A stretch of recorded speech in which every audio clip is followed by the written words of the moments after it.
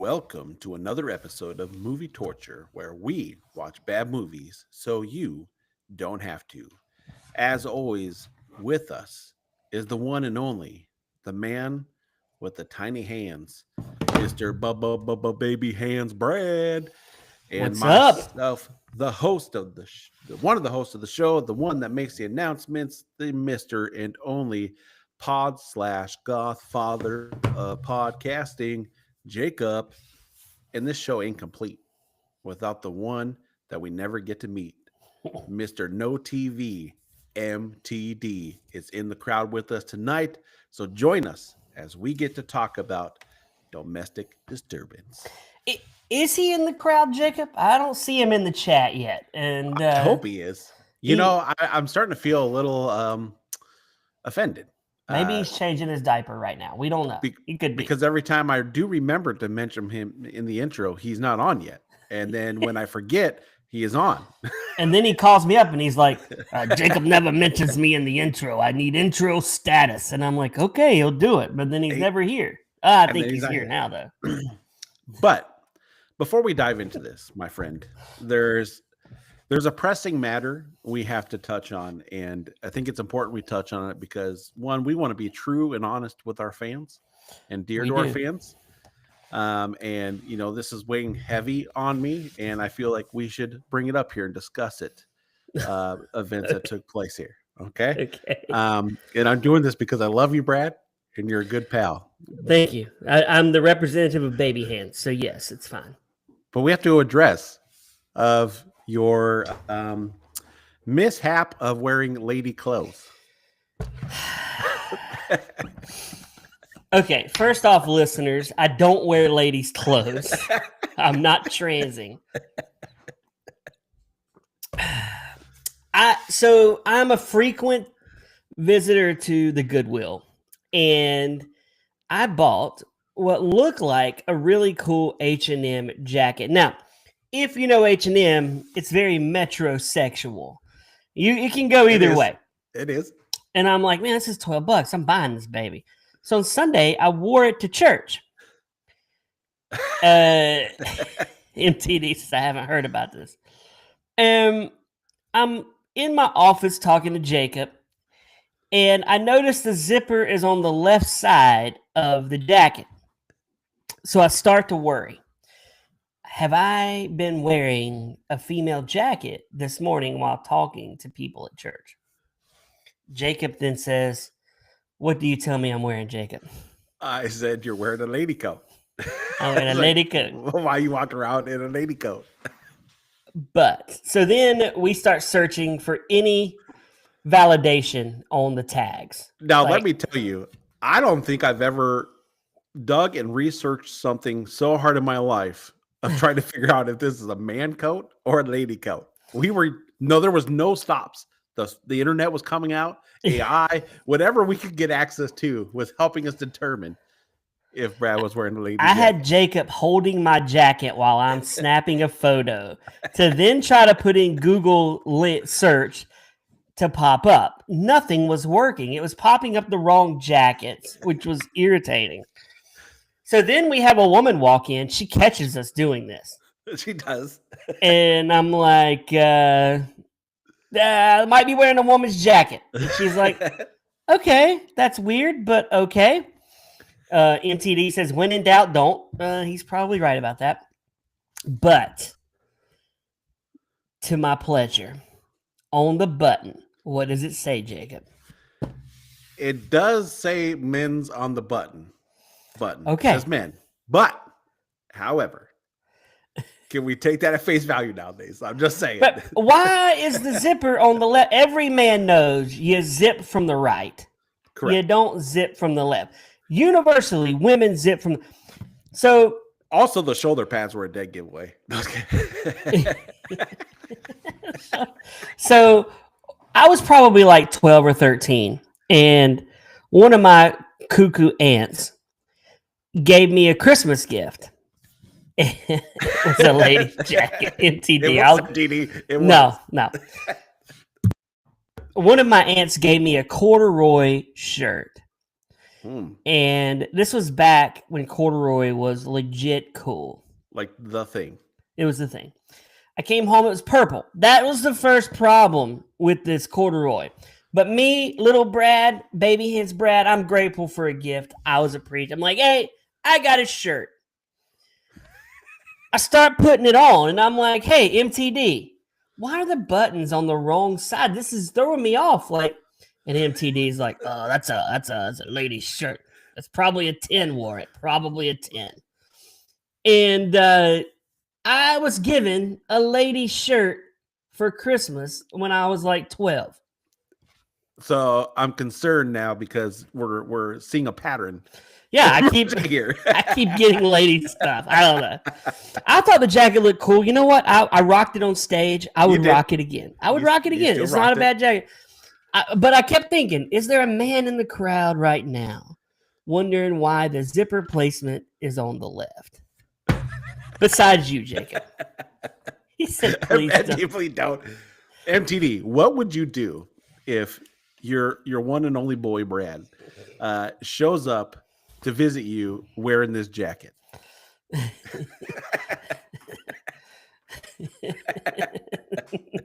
I love how this has nothing to do with domestic disturbance. MTD said he would wear a diaper in Times Square. He doesn't care. I wouldn't know. I wouldn't know. Yes, you would. He's like, take off the jacket, my boy. You ain't wearing a lady's jacket. So there we have it. That's our week in a nutshell. That's a week in a nutshell. And now we're here and we're like, you know what? Let's talk about domestic disturbance. Jacob, MTD, what was the budget on this movie? And how much did it make?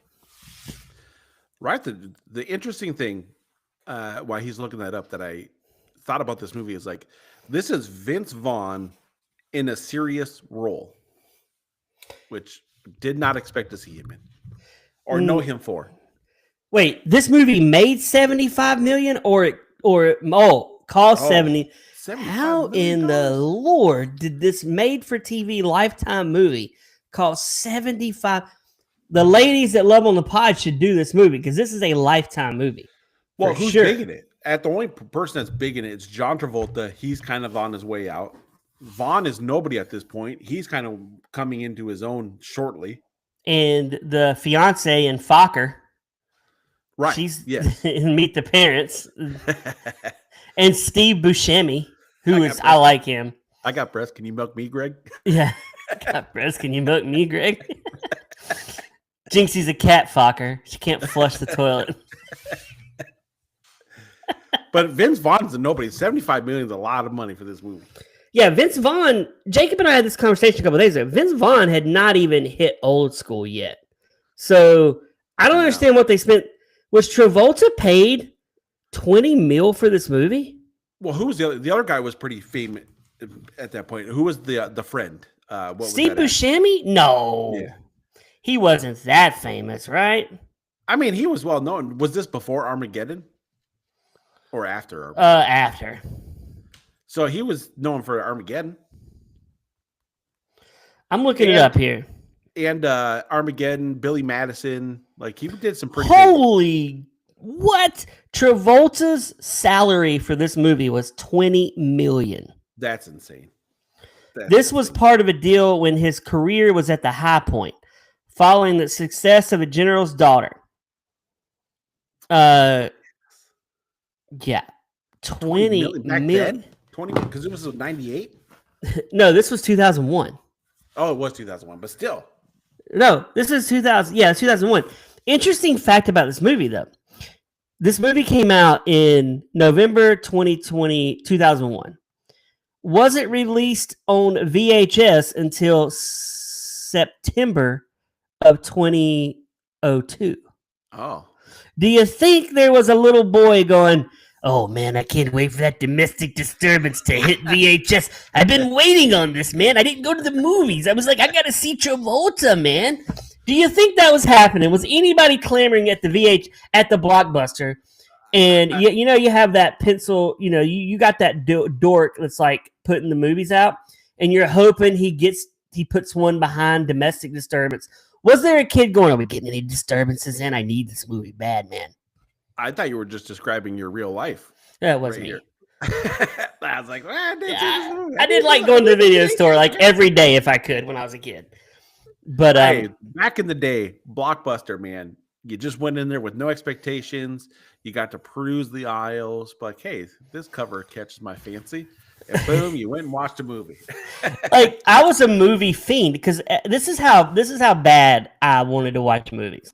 So MTD, when it was I'll never forget, he doesn't really remember this, but this was Thanksgiving, and he was like, somebody loaned us a Dances with Wolves movie. Oh. Okay. So you're And I'm talking like, 3.5 hours? yeah, I'm like, hey, you want to watch Dances with Wolves? And MTD's like, yeah, I'll watch that with you. So we all watched Dances with Wolves. I don't think I could sit through that now if you had a gun to my head. It would be so hard. It's a good movie, but it's very long. And it's like you've seen it once and you've seen enough. Yeah. Yeah. Yeah. MTD doesn't remember. I remember that because I'm like, this old man's watching a long one with me. We're in this for a while. MTD is like, I'll take a nap at this point. I do like Costner, but 20 million is a lot of money for this. For this role. Yeah. Why the delay on VHS? Like, why do we wait 10 months to drop this on VHS? They were trying to get as much out of the theater as they could to coop that 20 million. How long was it in the theater for, though? I was like, well, you got to remember, back then, movies would sometimes run a couple months longer in theaters. I'm looking right now. It's a much different time. But yeah, so you have that, right? And then the whole premise of this movie is just weird. So you have Vince Vaughn, stepdad. Wait, do you want me to give my synopsis, Jacob? Oh yes, I'm going to give my synopsis here. I've got a synopsis for us. I want to hear it. Okay, John Travolta plays a divorced boat builder who smells trouble when his ex-wife marries Vince Vaughn, a man who's allergic to acting subtle. Vaughn's new stepdad vibes are off from the start, probably because he's a literal murderer who can't stop glaring like a raccoon caught in a porch light. The kid witnesses him commit a crime, but of course, nobody believes the kid, because apparently the entire town in this movie lives in a bubble of willful stupidity. So Travolta goes full dad detective, tracking down evidence with the determination of a man who knows his toupee and his career is on the line. Vince Vaughn tries to play charming, but comes off like a serial killer doing a bad dating app profile. Oh, that is true. There's yelling, chasing, and stormy lighting to make you think God himself disapproved of this script. In the end, though, good triumphs, evil gets arrested, and audiences everywhere whisper, wait, that was the movie? The tagline for this movie should have been, he builds boats, now he's about to rock one. I like that. That was good. I like that. That's perfect. That's perfect. I just summed up this crapper. The first thing right off the gate with this movie, I have a problem with this movie is, all right, imagine yourself, Brad. You're never going to happen to you. Divorcee, okay?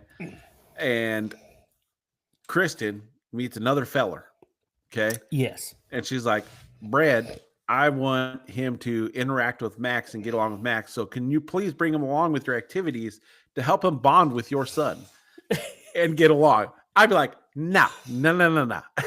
That's not even real life. There's no wife that has the cojones to sell to tell. Okay, first off, Travolta's not a deadbeat dad. Like, this guy is plugged in. And I mean, he's going to the basketball games.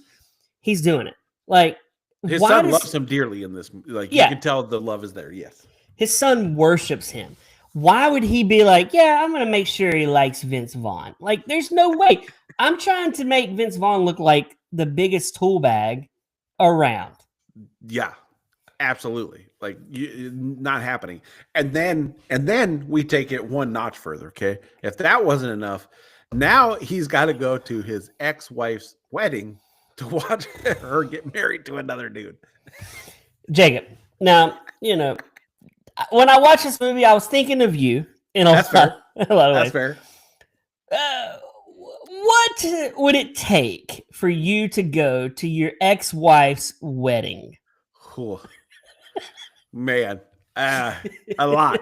I mean, if someone's like, "Hey, look, if you go to this wedding, I'll pay off all your debt. You'll be debt free afterwards." Even then, it would take. I don't know. I'm like, I need it paid up front first. Why in Hollywood do we have to watch movies where this poor ex-husband has to sit through a free trip to Hawaii? I mean, now, I would do that. Yeah, I'd do that. Kristen's like, okay, Brad, I want you to come to my wedding, and it's going to be in Hawaii. I'm like, okay, you know what I'm doing? If I don't even have a girlfriend, I'm hiring an escort that looks amazing. And I'm showing up. She speaks no English, but hey. She speaks no English. She's like, hello. And then Kristen's like, oh, does she even speak English, Brad? I'm like, I don't know, but she's 21. The poor girl is actually in her own language asking for help from others to get away from you, but no one can understand her. And I keep saying, she's 21. She's 21. And everybody's like, oh, that's pretty. You see, Brad's got a 21-year-old girl, man. She don't need to. What does that mean? I don't. What is MTD saying? She don't need to. What is that? I don't understand it. Oh, Brad, you come on. We'll come my free wedding, Brad. She doesn't need to speak English. She doesn't. That's true. Yeah, I'd be like, Kristen, she's the perfect girlfriend. I don't even have to talk to her. She just likes hanging around with me, like arm in arm. That's what we do. She's younger than your son, Brad. Hold on, let's back the buzz up there because you said you're getting an escort, so she's forced to hang out with you because you paid her to do it. Yeah, but they don't know it. They don't know that I'm paying her to be my friend. I'm just flexing for my ex-wife. I want Kristen to see me with a 21-year-old girlfriend going, check that out.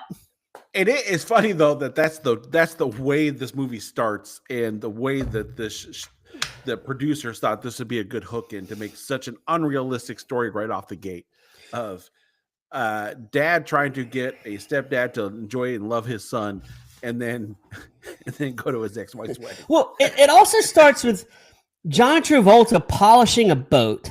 Yep. And then my mind goes to how many wooden boats are getting made? Like, how much time did he invest into this boat for these people? I mean, he had to be paid $50,000.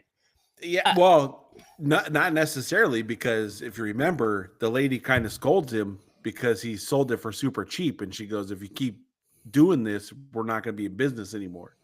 Because he keeps underselling it. And then he did the boss power move. I'm leaving work for today. I'll catch you later. He did. And he's like, and then he shows up at the basketball gym. And I'm like, okay, then the kid's not there. If I showed up at the basketball gym and Max was not there, alarm bells are going off in my mind right now. I'm like, oh my gosh, where's my kid? Where is he? Like, what's he doing? Why isn't he here? This is when we learned that he's a terrible child. Yeah, this kid's such a brat. Do you think this movie would have been better? I think they should have started it out with Vince Vaughn committing the murder in Jersey or wherever. Yeah. Like, we need to see that action. We need to see the boom, boom. I'm with you on that. I think it would have been made a lot more sense if, like, it started off with us seeing Vince Vaughn in Chicago where he was originally doing his bad thing and then making his way here. So we had more investment into this Vince Vaughn character instead of waiting to the very end to be like, oh, this is why he's such a bad dude. Yeah, the audience should know what Vince Vaughn is, but Travolta should figure it out. Right. Yeah. But instead, we're with John Travolta on this. We're just figuring it out. We're like investigating the boat guy. I mean, he's too nice of a guy. Travolta's too nice of a guy. Okay. And we'll get to that point. It's getting down there. But yeah, so it's like, so Vince Vaughn's trying to play this guy, and then dude shows up at his. Who did you think his friend was at first when he shows up at the wedding? You talking about Buscemi? Yeah. So he shows up at the wedding. Vaughn's acting all weird and strange, and I'm like, he's either some mob boss or he robbed some money from some people or something. Like, it was very clear that this wasn't a friend. He's like, Oh my gosh, that's the guy I hooked up with on the online. I can't. Why is he here? Oh my gosh. You remember me? You met me at the bar. Why's my Bumble date here? Yeah. How do you find me? Wait, you're gay? You're supposed to know that. The whole new movie at this point. That would have been hilarious. How are you reacting if back to to your point, like when you said like they should show up at this basketball game, the kid's not there, and then they get the call from the police that he's at the police station because he tried to run away or do something stupid. And they go down there. There's like no punishment for this kid whatsoever. There's like, oh, we love you. We understand. No, you're grounded for life at that point. Oh, I'm beating the crap out of Max when we get home. I'm like, hey, man. They're just this hand, your butt. We understand. We understand your feeling. No, there's no understanding. But in this kid's defense, I mean, no, I'm not even going to defend this kid because I would get it if John Travolta was like, I hate your mama. She's a terrible person. She's a lady of the night. Like, but they like each other. They're genuine friends. They're parenting good. Like, there's no drama. This kid's living in joy. Dude, this kid is like George Costanza. He gets 2 Christmases, 2 birthdays. I mean, he is counting the gifts. You know what I mean? Yeah. Like, he's getting all that. 2 birthday cakes, man. That's great. Do you think that? Yeah. He's just. I don't know, man. The kid was freaking out over nothing, like because his mom was dating again. It's like, but here's what's funny. Did you catch this? Here's what's funny. The kid's living a double standard here. Okay, John Travolta is dating a chick. So why is he not all upset at his dad that he's shacking up with some other girl, but mom's finding love in another guy, and he's like, rebellion. Not only another guy, looks like a rich guy. I mean, he's got money. And John Travolta looks like he's just dating the girl that works at the diner. He is. Yeah. And he looks like he's living in a shack. Yeah. I'm like, and she's shacking up with him, and they're not even married. No. But the kid's fine with that. He's like, yeah, it's fine. I love you, Dad. Double standard. I guess Max would be like, Mom, you can't date. Dad, you got a nice escort that's 21 years old. He's like, he's fist bumping you. Way to go, Dad. What's up, Dad? I like it, man. Why are you fist bumping your dad, Max? Oh, man. Kristen, enjoy your 80-year-old husband. Oh. Yeah. So yeah, it is double standard time. He's living in the double standard world. He's got to let that go. But I get Vince Vaughn is giving off Ted Bundy vibes. He does. It's weird. But, okay, so that he does do that, but then why is it that when things come to be, no one believes the kid? They're like, no, he wouldn't do this. Why would he lie about this? And you're a big lie. Like, they just totally dismiss this kid. Because that guy's, like, got a lot of money, and they gave him the key to the town. What's he do? Okay, but what is he doing in the town? I don't know. They really never discuss what his job is or why he has all this money or why he's giving the key to the city. And does that incinerator just stay on all the time? I feel like that's a big power bill. Like, you got a lot of gas, whatever it's keeping it hot. It's going on. There's not a lot in this movie from the time we learn about that the kid doesn't like that they're getting married to the time where it's like, okay, let's get to the meat of this movie. It's like they spend the first half and they're like, forget it. Let's just end this movie. Travolta needs to just start finding this stuff out so we can get this done. Like, just let him start. So the kid, I don't know what his plan was, but he was like, the kid's about to run away because he finds out this is a rotten kid, man. So they're married. They find out they're having a baby. Exciting news. Not for this kid. It's like his world just ended because she's having a kid with her new husband. So his runaway tactic is let me sneak in his car because he's leaving and follow him. And I just lay down in the seat. Well, yeah. And then would you worry Vince Vaughn's going to look in the back seat? Who wouldn't? How many times did Vince Vaughn walk around the car and his buddy walk around the car? It's not like he's like tucked under the seat, right? He's just laying on the floor. Like the moment you look down there, you're going to see a white kid laying on the floor of this car. I mean, it's so weird. I'm like, It'd be better if they had like jackets or a blanket in the car and he could like cover up with it. Yeah, It would be more realistic. Nothing. He's just laying there. And periodically he's popping up like, huh? And he's listening, and they're laying it all out in this car. Like this is the scene where the screenwriter was so lazy. They're like, we're just gonna be so expired. We're just gonna drop it right here. So he's like, you remember when we were in Chicago and you stabbed her 8 times, 4 feet from her. I mean, they're just They basically really do. They're like, you know what? We didn't explain nothing at the beginning, so we're just gonna the next 5 minutes. Let's just lay out why we're here. Yeah, we've got this movie's an hour 26, so we're gonna get in and we're gonna get out. So he's like, remember, you used that one blade from the second compartment. Big factor too that we have to touch on because doesn't make sense why you would do this either. So Vince Vaughn is trying to hide, right? That's the whole concept, is why he's moved to this small town. He's trying to go incognito, right? And stay hidden. And this dude is looking for him. So if that's the case, and you're trying to be incognito, your idea of incognito is become the richest person in the town to get all the accolades of the town, and then put your wedding announcement in a newspaper and have the biggest house in the town, but you think no one's going to find you. Okay, let's get back to the wedding announcements in the paper.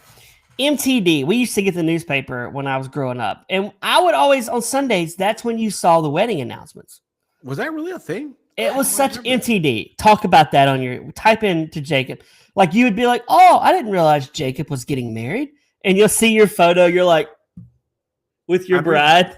I remember reading the dead people in the oh paper. Yeah. Oh, there's the events, but there's also the weddings. Okay. It'd be like Brad and Kristen married June 19th by Pastor Jacob, and then like just where the couple plans to honeymoon in Cancun.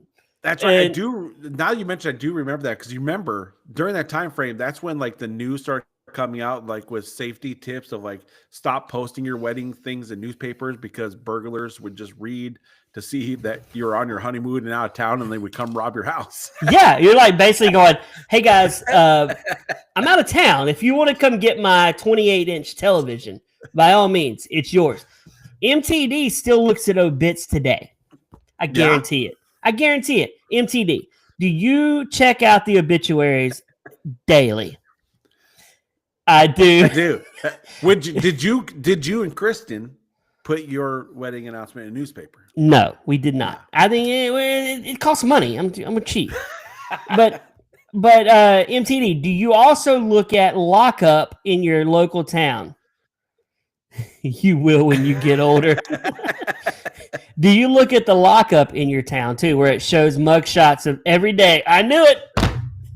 When you get older, do you look at the obituaries to see who has gone on, or is it like a victory counter? Like, oh, I survived that one. I beat this one. I outlived that sucker. He ran every day, and I sit and watch Price is Right. Who's the winner now? The price is wrong, Bob. Yeah. You're pushing daisies while I'm eating a burger. I do check out ages. We went so morbid so quick. Sure, I'm alive in a diaper, but I'm still alive. I'm still beating you. You're dead, sucker. Oh man, you're calling surviving relatives and be like, I beat them. So I want to pitch this because I wanted to call you today to tell you this. This idea came to me. So we're talking about weddings. Uh-huh.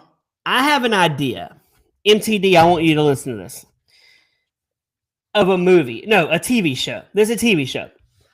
It's a 7-episode television show. Each episode is a day. Okay. So let's take, for instance, the main character is a dude who is getting married to a woman that he's, partially into, but he's been kind of a jerk. He's wanting to get married just because he's like, I just got to get married, right? Okay. So for his bachelor party, his best buddy puts a pillowcase over his head, strips him down, puts a straight jacket on him, drops him in the middle of the woods, in the middle of nowhere. And he's got a note that says, you have 7 days to find your wedding. So he has to figure out how to get there. There's no cell phone. He can't use a cell phone. Apparently, he can't use his hands either. Yeah, he's got to get out. He's got to find someone. But here's the thing. So every day you're experiencing a new journey as he's making his way closer to the wedding. But everyone on the show is in on it. They're all in on it. So everyone gives him another clue as to where he's at and to how to find the wedding venue. Here's my question, though. Yes. I got a quick question. So you say he needs to find someone to help get out of the straitjacket. Who is helping a dude running out of the woods going, get me out of this jacket? Because they're all a part of it. It turns out at the end, the fiance hired all these people to teach him a lesson. And when he finally finds her in the last episode, he realizes how much he loves her. And it was all a game. Everything was a game from start to finish. Every action had a reaction, and every reaction caused something else. So he had to figure out how to make it on his own because he was entitled and spoiled, and she wanted to bring him down a notch. I like that. Would you watch that? MTD, would you watch it? But I want to piggyback off and make a game show. A reality game show, real people. Yeah. And the whole premise of the game show is just like your concept, you put them in straitjackets and throw them out in the woods, except for they have to go into real society. And whoever the first one is to get someone to let them out of this straitjacket, they win the game. Because trying to convince someone to let some nut out of the straitjacket that just came tumbling out of the woods, it's going to be virtually impossible. This is the first episode. You come running at me, telling me you need me to take your straitjacket off. This is what we're gonna do. You come running at me. This is the first episode. Brad, I gotta get out this jacket, man. Get me out. This is 911. How may I help you? 100%. Yeah, and there's a weird dude in a straitjacket. Did he escape from the asylum? I don't know. Was there an escape? Oh, I'm checking on that. Can you describe the patient for me? At this point, I'm just headbutting your windshield. Like, let me out of this car. Maybe he's a zombie. Are there zombies? You know what? 911. I'm just gonna shoot him. Okay. Then the game's over. Instead of being eliminated, you permanently actually get put in a psych ward if you get caught by an actual police officer. You're in the psych ward, and all he says is movie torture over and over again. Movie torture. Movie torture. This is your fault, Brad. No, but I think you have a point there, though. Like, this TV show could spawn a reality show of like, hey, this is the real life version of the TV show you watched. You could. It's almost like your TV show. Awesome idea. And I think if you did a reality, it's almost like a Scared Straight type show of you're trying to scare people into the reality of this is the person they're supposed to be with. Yeah, because this guy has been so rich his whole life. Everything's handed to him. So now he has to survive just to make it to the venue if he truly wants to marry this woman. And you become grateful for things when you don't have them. Right. So I think that was it's kind of like, did you ever see, we should do this movie, The Game with Michael Douglas. That's a great movie. I have, but I do not remember anything. It's hard to remember it, but the whole movie's, everyone's in on it. It's a game. He gets tortured. This is kind of like that, but each episode is a day. So you're watching a day in the life of this guy and his struggle. Or it's like a 25-minute episode of him trying to get to the place. I think this would work. It would work. I think it'd be a pretty awesome show. I'll pitch it to my screenwriting partner, Ashley, host of Locks of Laughs. Is this for you like 250? You need to start a journal, a book, where you write down all your ideas. So you have every single one just written out and flushed out on paper. You sound like my wife. Kristen's like, you need to write all these ideas down, Brad. And I'm like, but in our defense, Ashley and I are writing a show right now. So that is happening. Or slowly, because we always have excuses not to meet on Fridays. It is. Or even a better idea, you said on another pod that you host, Delusional Fandom. If you love sports, go and listen to that. You did mention this week about Max needing more chores. And what better chores than him to follow you around as your scribe and write down your ideas as you spit them out. Okay, I'm a big Seinfeld guy. MTD, do you remember, Jacob, do you remember when Kramer had the assistant Kenny follow him around everywhere? Mr. Kramer, and he would write down, that would be Max with me. Yes, because everybody's like, why does Kramer have an assistant? He doesn't do anything. I don't remember that episode because if you remember, I hate Seinfeld. Oh, you do hate Seinfeld. Oh, my gosh. It's so funny. How do you not like it? I have never watched. I maybe count on him, maybe watch 2 episodes. Jacob, you're one of the coolest guys I know, but that is not cool. Maybe one day, if I can find it for free, I will watch it and give it another fair chance. Here it is. Look. Mr. Kramer would like to schedule. That would be Max. You got Max just following you around with a notebook and pen. MTD says it's a great show. It is. Oh, Max would be so awful. He'd be like, Dad, I don't want to do this. Oh my god.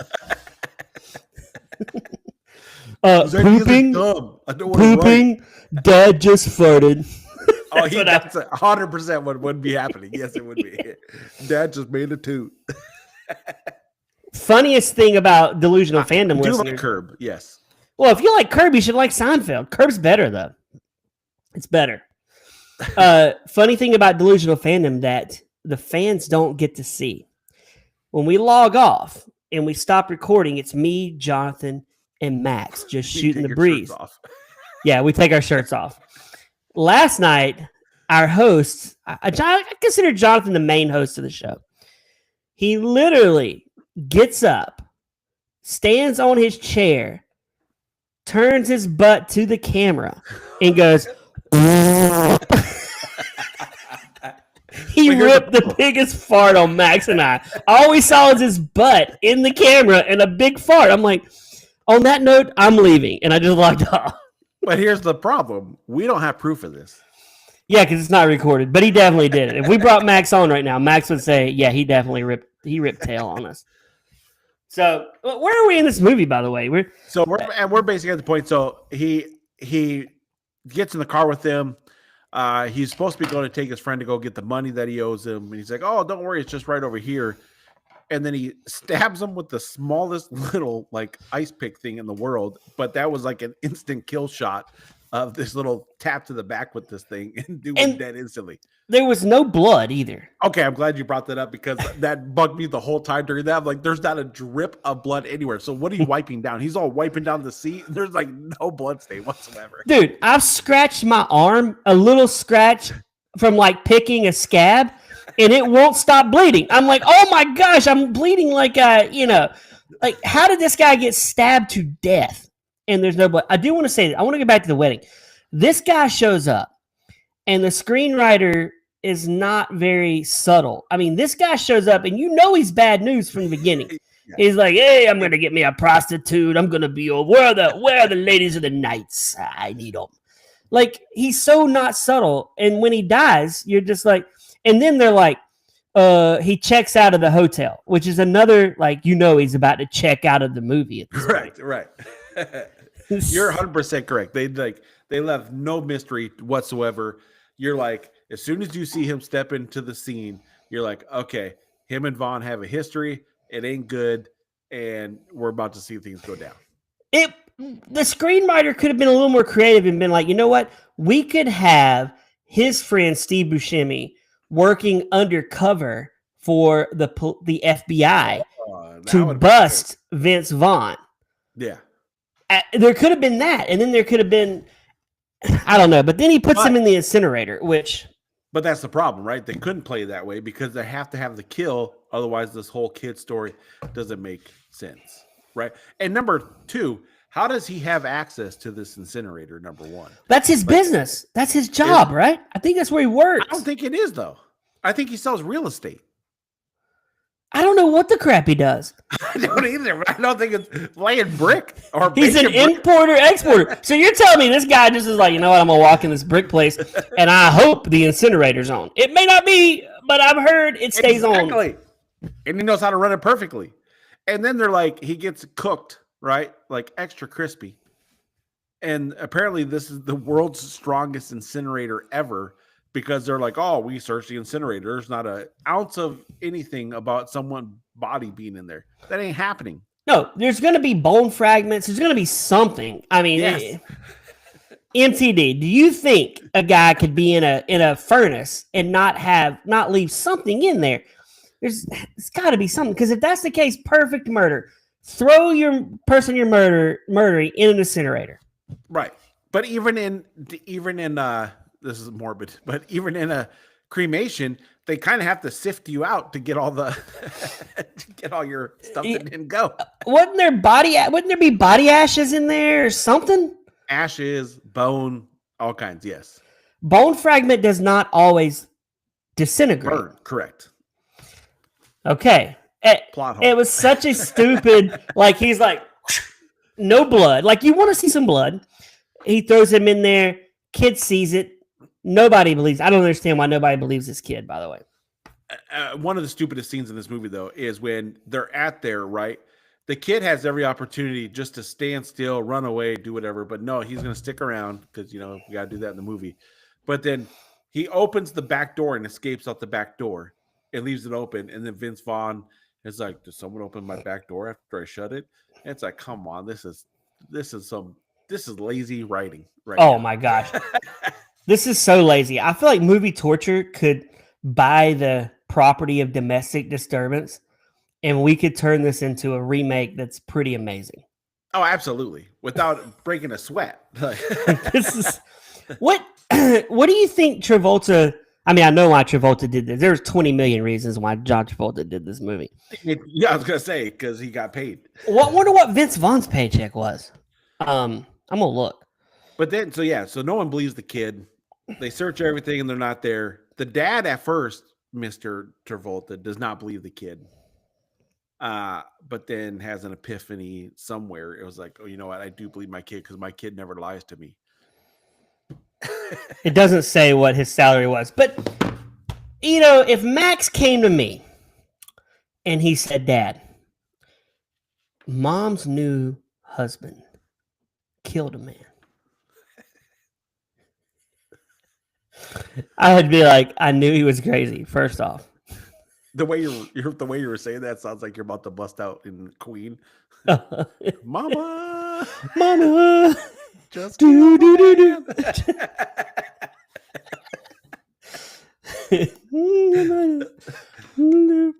I've never been born at all. Scatterboo, scatterboo. What do they say? I love how you mumbled all the way through there until you got to that. Nothing really matters. Well, we just destroyed that popular song. Max breaks out into. I'm like, hey, no show tunes, dude. No fancy pants in my house. No, but he's like, Dad, man, this guy murdered someone. I'm believing Max because why in the world would my kid bring up murder? You don't go zero to murder.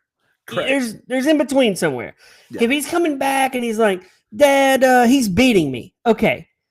I want to know, is he really beating you? But if he's saying I saw him murder somebody and now we can't find, you know, Billy from Big Lebowski.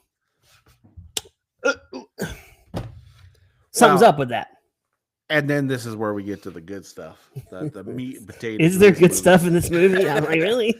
Vaughn and the tension between Vaughn and the kid, because now they both confront each other of knowing that he knows that Vaughn did it. Vaughn knows we can't kill the kid because it's his wife's kid. So he basically threatens him, and he's like, "You'll listen and not say a word, boy." Or I'll pull the belt out. Jacob, we actually forgot to talk about the craziest, funniest scenes when they're throwing the baseball. Like, Oh yes. first off, I feel like that kid's way too old to be excited about it. Oh, a baseball glove! I love it. Let's go throw. Let's have catch. Like, it's really weird. Yeah, that was some angry catch. I know he starts throwing. Then he's like, "If you're not gonna throw it, here, then let's not throw it at all." And I'm like, "God, dude, why don't you ease up on this boy, man?" And he started like crashing out on the dad because he's like, "If your dad taught you to throw, he didn't teach you right." If your dad taught you to podcast, he didn't teach you right. Max, your dad taught you to throw with those baby hands. I'm going to teach you to throw with man hands. Welcome to the new delusional fandom with Max's new dad and Max. Oh, that'd be messed up. Oh my gosh, he starts a whole new delusional fandom, and Max is on there too. It starts a competing podcast. Max is torn between who to be on, my show with Jonathan or that show with him. Delusional dad shows up on both shows. He's like, "Hey, I love them both over here." That'd be torturous. Oh my gosh. Jacob, would you subscribe to Kristen's new husband's delusional fandom show with Max? No. I wouldn't either. You're my best bud. I'm sticking loyal. Yeah, we stick together, ride or die.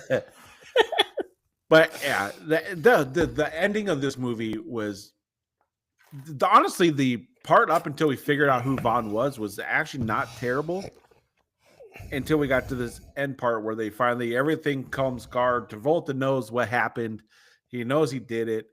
And the fighting ensues, and he burns down his boathouse, which is sad. I know. This guy does like 2 boats a year, and you just ruined his whole factory down. Like the mom finally comes to clue that this happened because she sees him. Here's a good point. So you burn down the ex-husband's boathouse, right? It's all over the news. Okay, the burn. And what do? You go home to the wife or ex-wife of the person you just burned the boathouse down to mend your burned wounds on your arm because your arm has got like 3rd-degree burns on it. Yeah. And then her shocked, that was so cheesy. Her shocked look on her face, like, "Oh, he is the murderer." She's like, "We gotta go, boy. Let's go." You ain't going nowhere. I'm burning you down. Yeah, it wasn't. I don't know. By the time we get to the end, I'm ready for the end. I'm like, can we just forget this? I kept wanting Owen Wilson to show up and be like, "Hey, are we gonna do some wedding crashing, man?" Oh, come on, though. The fight scene was so great. Where Vaughn's got the aluminum bat, Travolta's got the metal chair, and he's just holding it at one position, and Vaughn's just continually swinging the one position. He doesn't try to sweep the legs. He doesn't try to do another maneuver. Nope, just keep going up and down on the chair so he can. Doesn't he get hit in the head really hard? He does, Yeah. right? Yeah. He would die at that too, right? Like it's over. It's game, set, match at that point. That's over when Travolta smashes hits the electrical box with the bat or chair, whatever he hit it with. Like it immediately erupts and sparks. That ain't happening. You're gonna put a dent in the case. It ain't gonna make the whole panel start sparking out and going crazy. It's just, it was like you said. They just like, all right, time to wrap up this movie. Let's end this as fast as possible. Let's make this get done quickly. Yeah, it was like, let's get this done. I did read though that they had like a really long cut of this movie. Oh, could you imagine? I think I read that online. A 2.5 hour cut of this. There's a whole scene that they cut out of him and Vaughn bonding and making a boat together, and him going, sanding it with. You really want to get in good with my son. Here's what you got to do. You give me $100 a week. You're just paying them off. No, where did I see that at? Okay, hold on. First off, Vince Vaughn was arrested during this movie for a bar fight in North Carolina where it was shot. Really? Okay. Yeah. This film was edited 3 times to get down to a PG-13. Oh, here it is. The film's original cut was 111 minutes. Okay, that's not quite 2 hours. That's still a long time. It's too long. And they cut it to 89, which leaves the film with many plot holes and characters showing up and leaving without trace.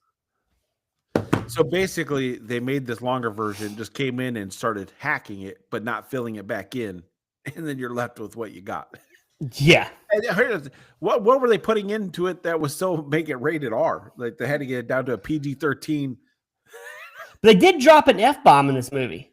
Once. So maybe it was the constant swearing and they changed it? Maybe. Vince Vaughn's like, I got to get 1 F in here, man. I'm sorry. You got to have 1 F. I can't. I mean, that is his.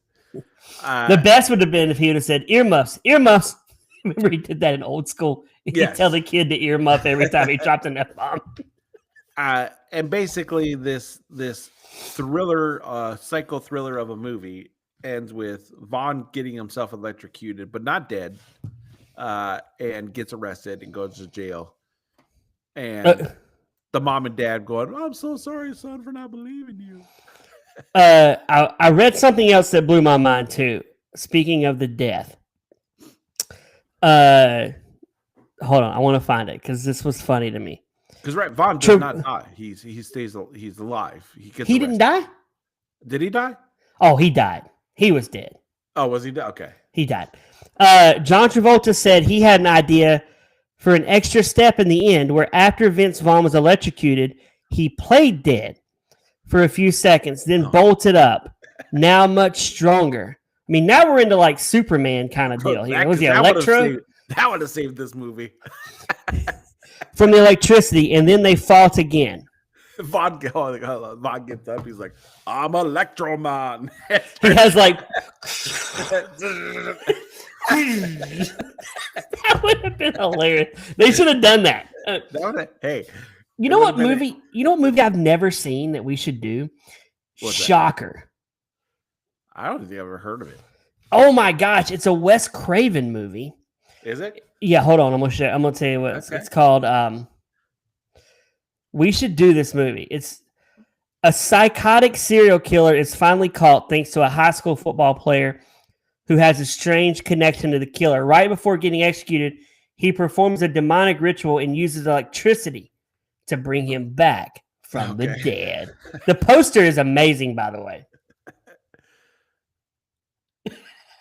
Okay, yeah. I mean, it's something. I've never seen this.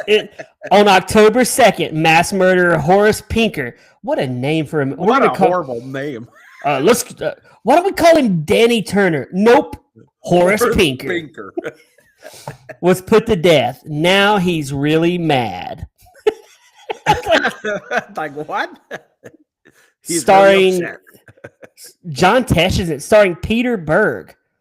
Who is he's a director. Heather Langenkamp is in this. Wes Craven, is it available anywhere? I don't know. We might have to find this somewhere on the interwebs. We'll have to find it somewhere. You have to find the Pinker. Horace Pinker.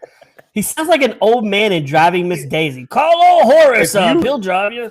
If you described nothing about this movie to me and you said, hey, I want to watch this movie with you, it has a character named Horace Pinker, I think we're watching some old movie like Grizzly Adams where he's out up in the woods somewhere living in a shanty.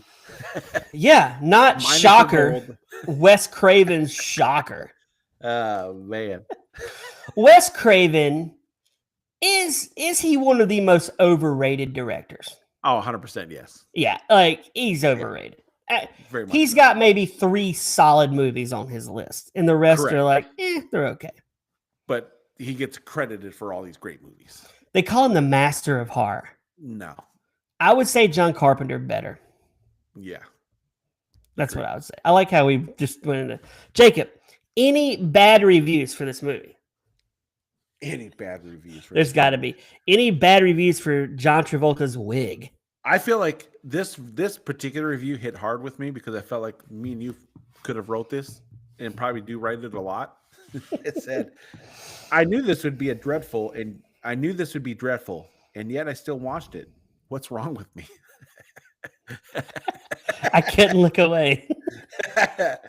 Another one. There was a lot of these. There was like, why did I watch this? uh, Completely forgettable movie. Can't even be too sure I even saw it. It's that forgettable. Man, was she on like an edible or something during this Maybe. movie? I don't even know if I watched it. MTD's like, I didn't watch it. I ain't watching this crap. But that was some of a lot of this. This movie could have been 15 minutes long. That's good. 100% this could have been a Lifetime movie, right? Yeah, easy. Like a 90-minute or a 1 hour movie. Yeah. Yeah, this could have been a Lifetime movie starring any Lifetime actor that our friends Cher and Jessica review on Love on the Pod. Yes. Yeah. For sure. Yeah. I have a couple 5 stars. This one is from Sherry McCready. Okay. September 14th, 2025. It never fails, man. These losers, they just got to write a review. She writes, great suspense thriller, excellent movie, great cast. Think about this just for a moment on that one, right? These people, okay, we are watching this movie for the pure fact we probably most likely know it's going to be terrible, hence our name, Movie Torture. These people, however, are watching this movie with pure delight, thinking it's going to be one of the best movies they've ever watched.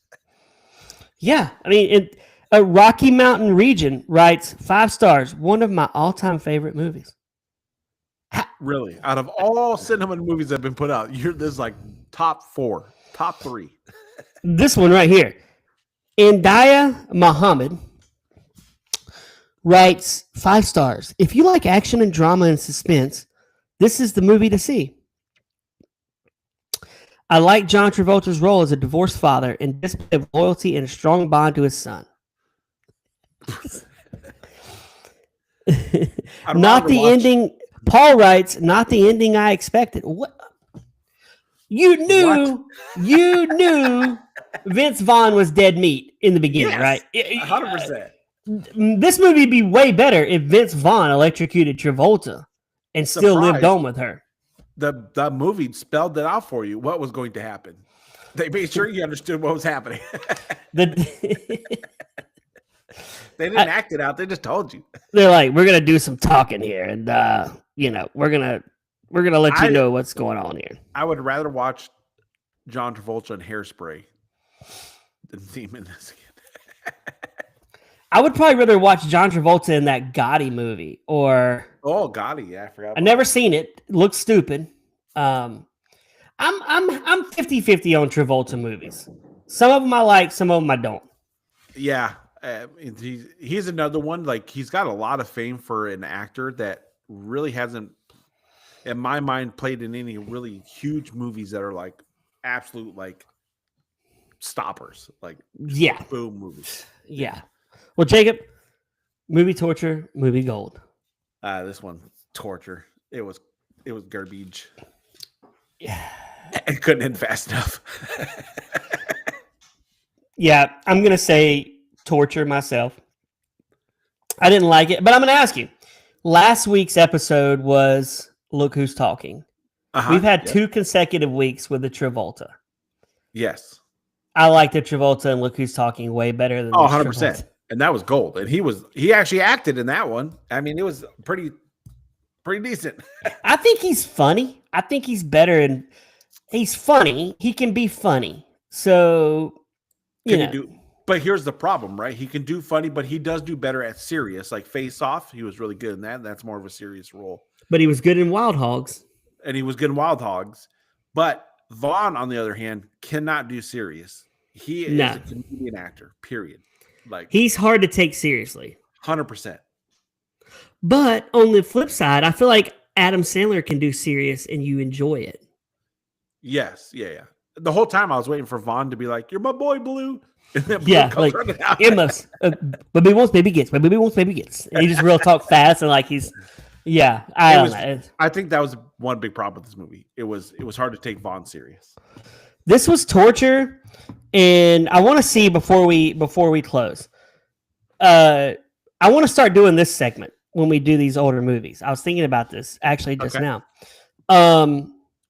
What was their next movie after this one? Oh, I like that. Yeah. Yeah. So like John Travolta, when he was done with 20 million in this movie, which was, I mean, talk about they should have put that 20 million in the incinerator in this movie because that's basically what they did, man. Talk about a just easy cake payday right there. He appeared in the next starring movie of Basic, which I enjoyed. Basic with Samuel L. Jackson. Oh, yeah. Good movie. Okay. That's a great movie. I enjoy that. It's really good. And then he did The Punisher, and he starts to fade a little bit after that. Wild Hogs and Hairspray. Old Wild Dogs. was good. Yeah, the last theatrical movie he was in was I think the last theatrical movie John Travolta appeared in was in 2012, Savages. Okay. I'm sure all the rest of his he's done a ton of movies, but they've all been like Trading Paint. Yeah. The Poison Rose. They're a bunch Pitbull. of like indie movies. Yeah. Yeah. Paradise City. Like nothing good, man. Like okay, and then let's look at one more. Let's see what Vince Vaughn's next movie was. Vaughn. Vince Vaughn's next movie. So Vince Vaughn's making this movie and he's like, you know what? I'm about to hit it big. I'm about to be bigger than Travolta.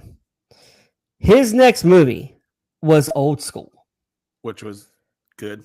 So amazing. let's start from here on out. Let's start ranking. Like that's a solid 9 score for your next movie. Yeah. Oh yeah. John Travolta. What did we say his next movie was? Wild Hogs. No. His next movie wasn't Wild Hogs. After Domestic Disturbance. Oh, Basic. Oh, Basic. Yeah, Basic. That's a solid 5. Yeah, I'd give it a 6. I'd say 6. 6. Okay, so I'm giving Vince Vaughn right now. Leader in Clubhouse. Next movie. Correct. A 9. It's hard to beat Old School. It's going to be hard to see an actor come around and beat that one. Agreed. Yeah, that's a big one. I will say Couples Retreat, one of my least favorite Vince Vaughn movies. It's good, but it's like a one and done type movie. And The Dilemma is another one I didn't really enjoy that much. I did not like that one, no. Where that's where he sees his friend, his wife having an affair or something. Yeah. I wouldn't want that. But if again, you saw Kristen, you would tell me, right? You would 100%. Tell me, right? Yes. Good.